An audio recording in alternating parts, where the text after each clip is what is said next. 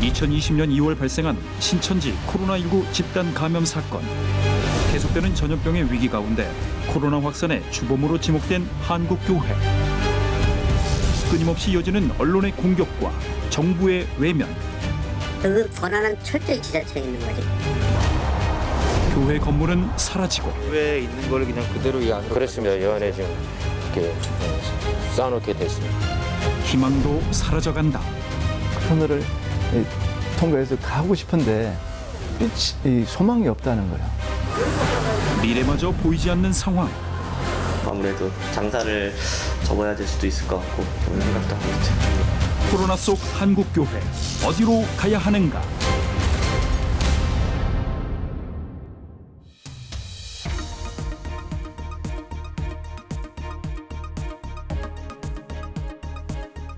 네, 여러분 안녕하십니까? 세상과 기독교가 교차하는 시선, 크로스뷰 박세현입니다. 2019년 12월 중국 후베이성 우한시에서 처음 확인된 코로나 바이러스 감염증. 전 세계로 퍼져나간 이 바이러스의 확진자 수는 4억 명을 넘어섰습니다. 코로나는 세상의 모든 분야에 심대한 타격을 가했죠. 한 보고에서는 세계 경제 손실 규모가 약 5,067조 원에 달할 것으로 전망하기도 했습니다. 모든 것을 멈춰 세운 이 전염병의 가장 큰 피해자는 소상공인이었습니다. 생계를 위협받은 자영업자들 중 일부는 스스로 목숨을 끊을 정도였죠. 그런데 자영업자들만큼이나 어려운 상황에 놓인 사람들이 있습니다. 바로 목회자들입니다. 코로나 장기화로 끊임없이 어려움을 호소하고 있는 자영업자들. 서울에서 한 스터디 카페를 운영 중인 A씨는 영업에 심각한 타격을 받았습니다. 이제 직원도 많이 줄었고 업장도 2개 하다 하나 폐업했고 그렇게 해도 전부 다 가져가는 건 훨씬 반도 안 되죠. 자영업자들 중에서도 가장 타격이 크다는 음식점 사정을 들어봤습니다. 1년 정도 됐나? 주말 원래 토요일까지 했었는데 주말을 아예 닫았어요. 그래서 월화수목금만 평일 운영을 하고 주말에는 지금 다른 데서 아예 알바를 하고 있어요. 교회 상황은 어떨까?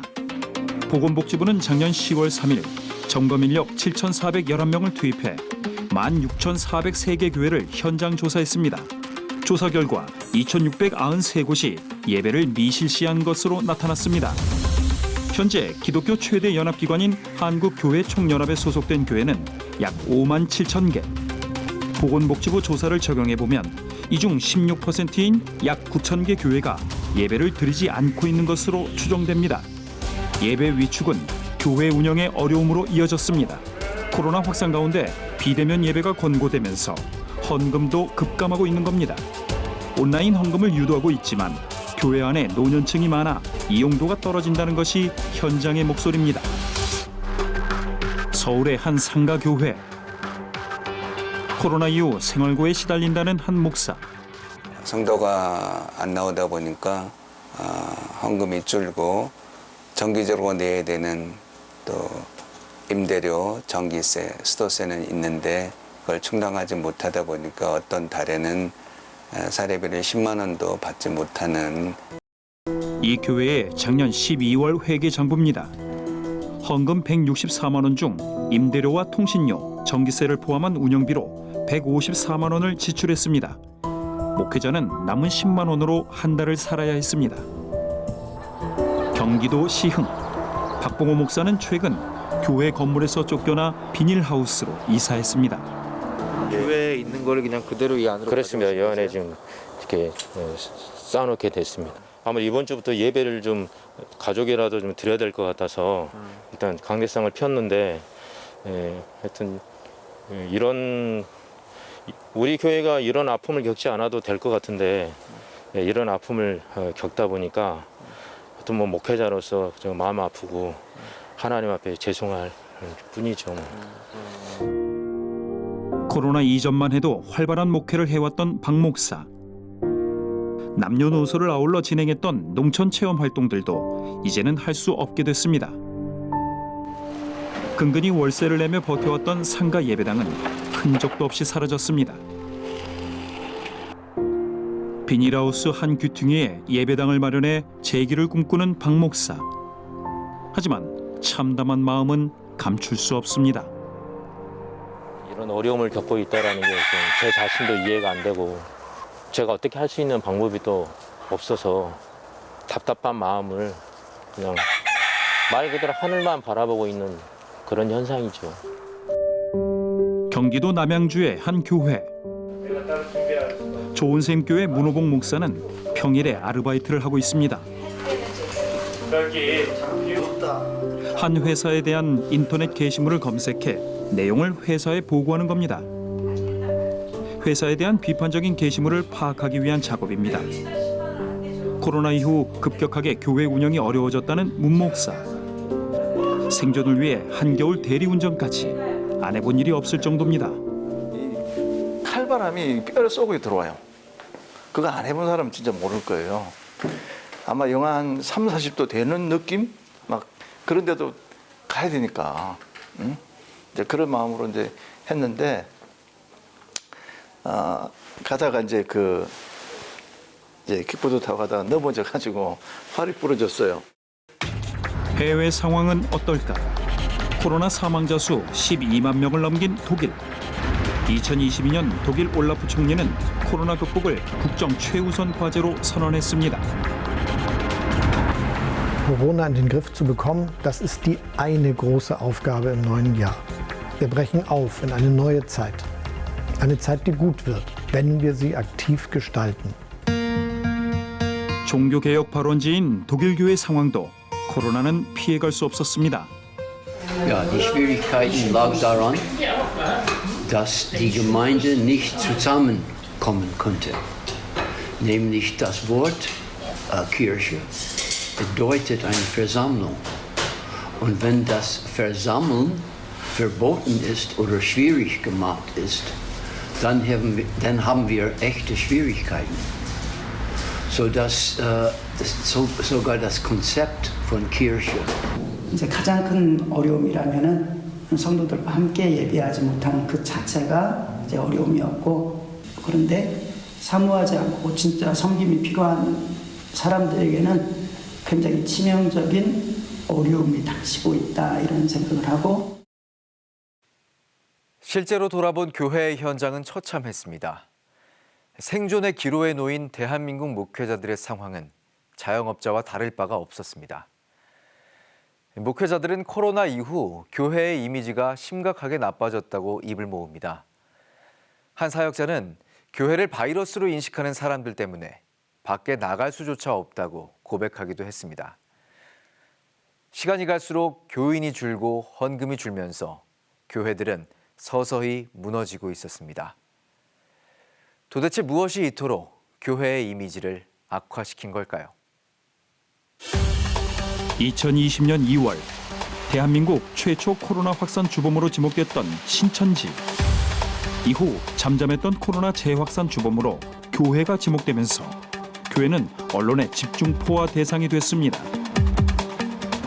하지만 언론은 코로나와 관련해 교회를 제외한 특정 집단 언급에는 주의를 기울였습니다. 2020년 5월 한 언론이 보도한 이태원 클럽 코로나 집단 감염 사건. 해당 언론은 집단 감염이 발생한 클럽이 동성애자들을 위한 장소라고 언급했습니다. 그러자 언론중재위원회는 보도 시정을 권고했습니다. 동성애자 혐오와 차별이 담겼다는 이유입니다. 언론은 유독 교회에 냉정했습니다. 언론이 규정한 보호 대상에는 교회도 생계를 위협받는 미자립교회 목회자도 없었습니다. 2020년 상반기 언론중재위원회는 성소수자 집단 감염 보도와 관련해 84건의 시정을 권고했습니다. 전체 시정 권고 332건 중 20%에 가깝습니다. 반면 교회 집단 감염 보도와 관련해서는 단 한 건의 시정 권고도 발견할 수 없었습니다. 언론의 교회 비판으로 교회에 대한 신뢰도는 급속하게 추락했습니다.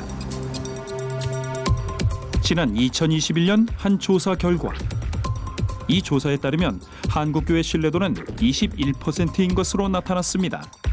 1년 전에 비해 11% 하락한 수치입니다.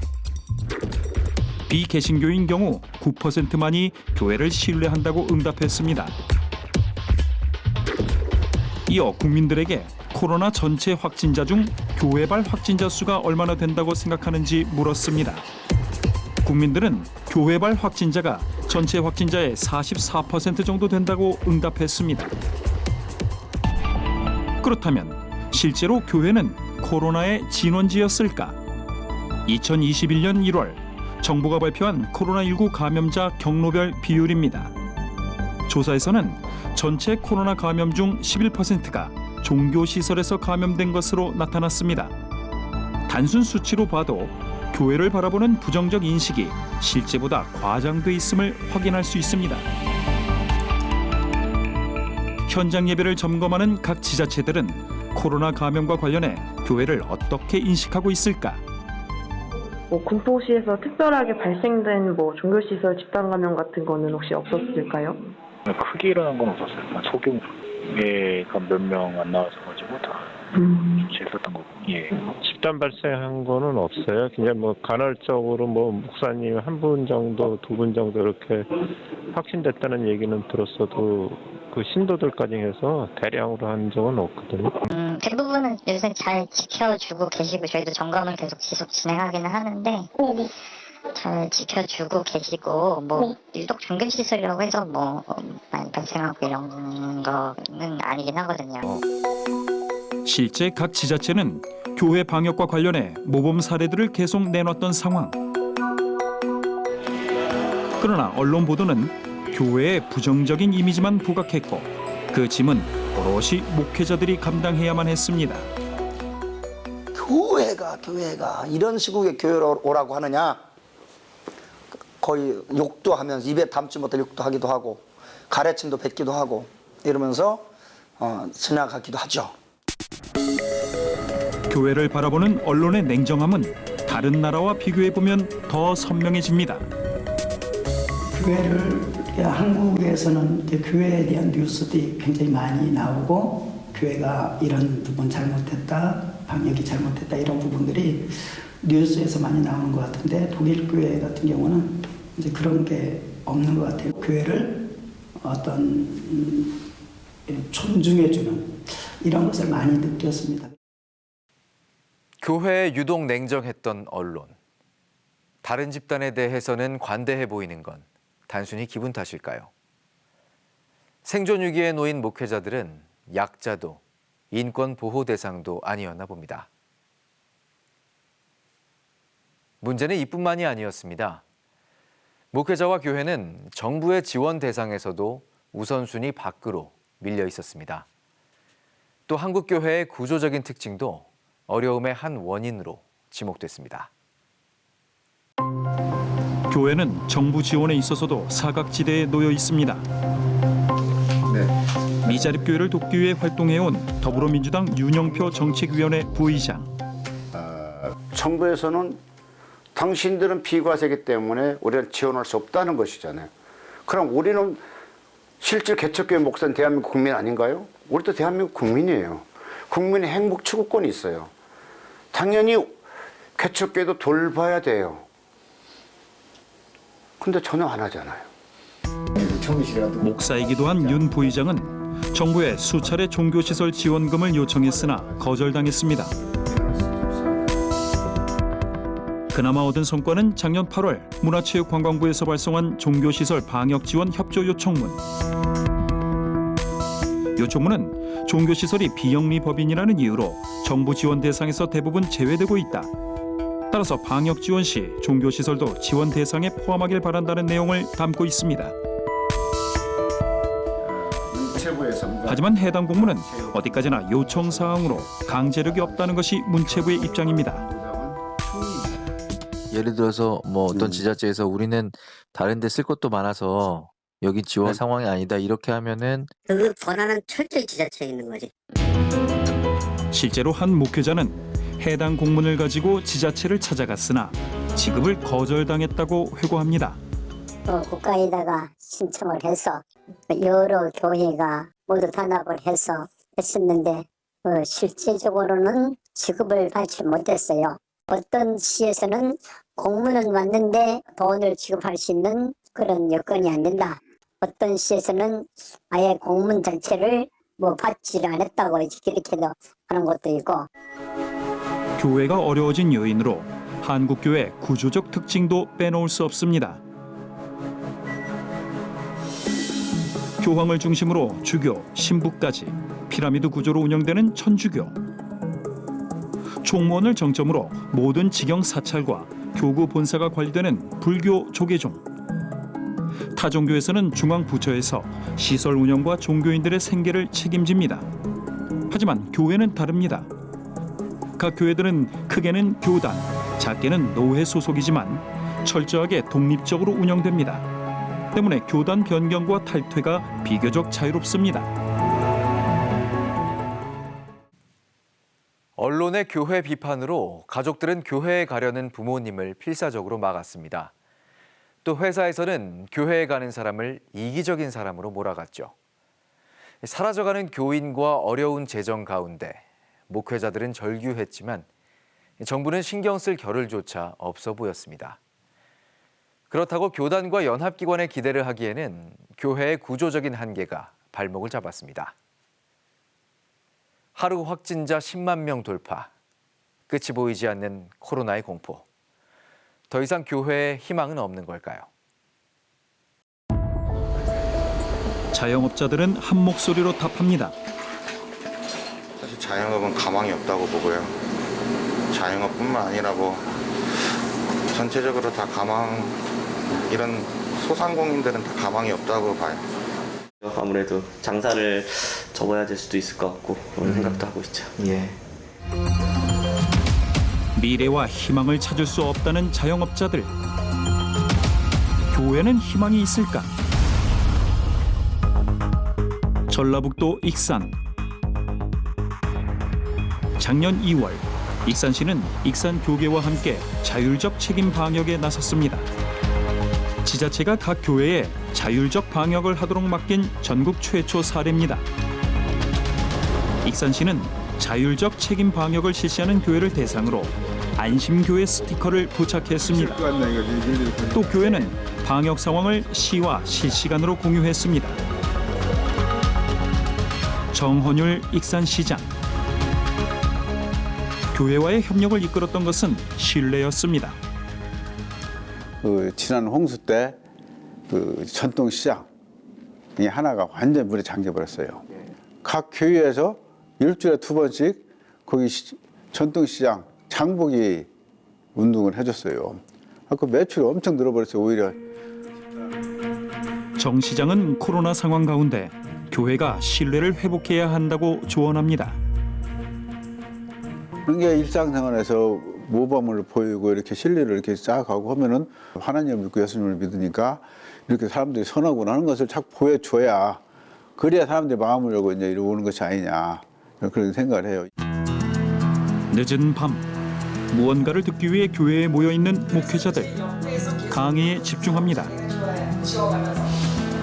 이 주님 표상은요 자존감하고 절대적 관계가 있어요.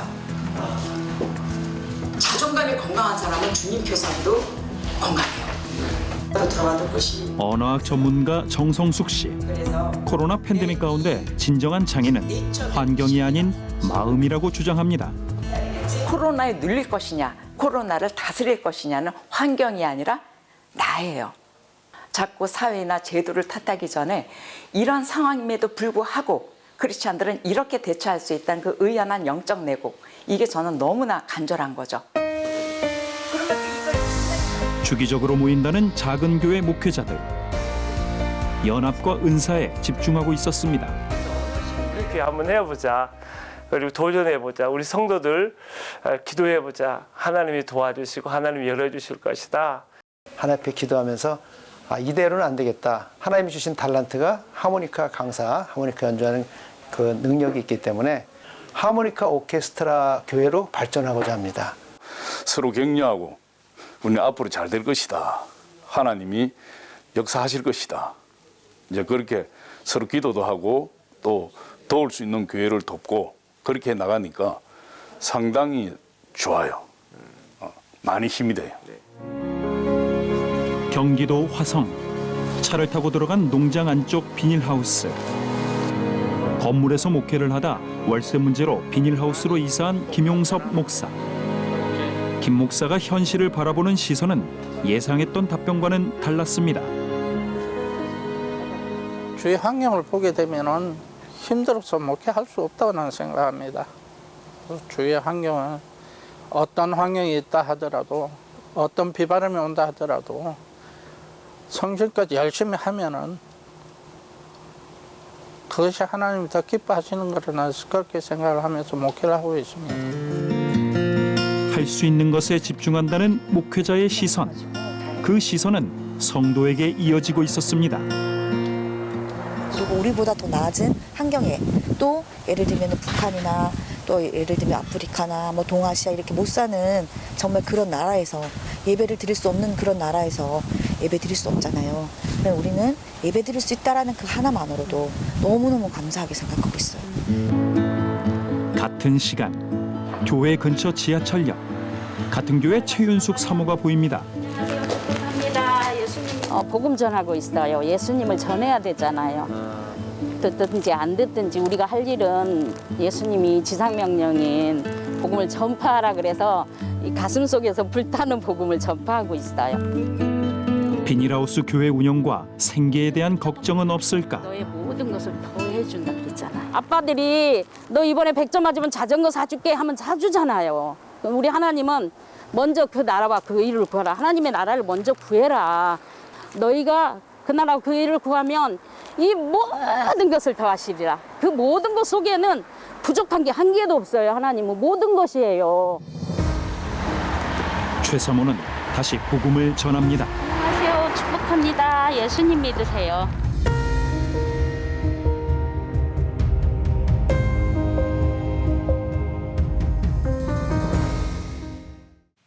제자들이 배를 타고 바다에 나갔을 때 예수님은 자고 계셨습니다.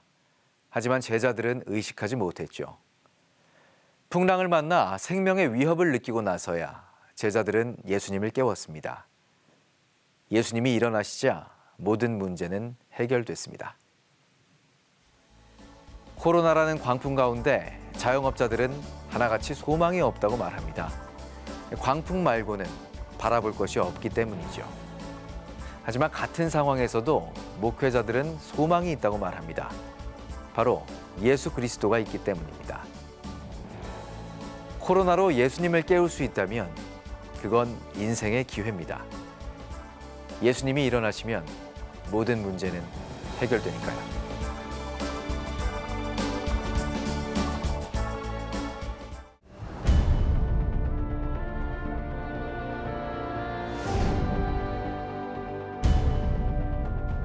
부활에선 잘 모르겠어요. 현실적으로는 안 된다고 생각합니다. 실제로 있었던 일이라고 생각은 하는데 아직 잘 믿기진 않아요. 예수님 부활하셨다는 건 예수님이 하나님이시다는 거예요. 그러니까 한 사람의 인생을 이렇게 180도 극단적으로 바꿔낼 수 있었던 뭔가의 이유가 무엇이었을까? 부활을 믿으면 그때부터는 지성이 무너지고 영성이 남는 건데 지성의 사다리는 남아 있는 거예요. 여기 목장님은.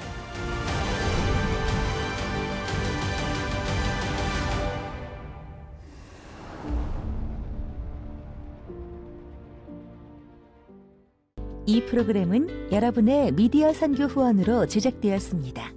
선교는 사명, 후원은 동역. 당신도 복음을 전할 수 있습니다. 선교 후원 02-6333-1003번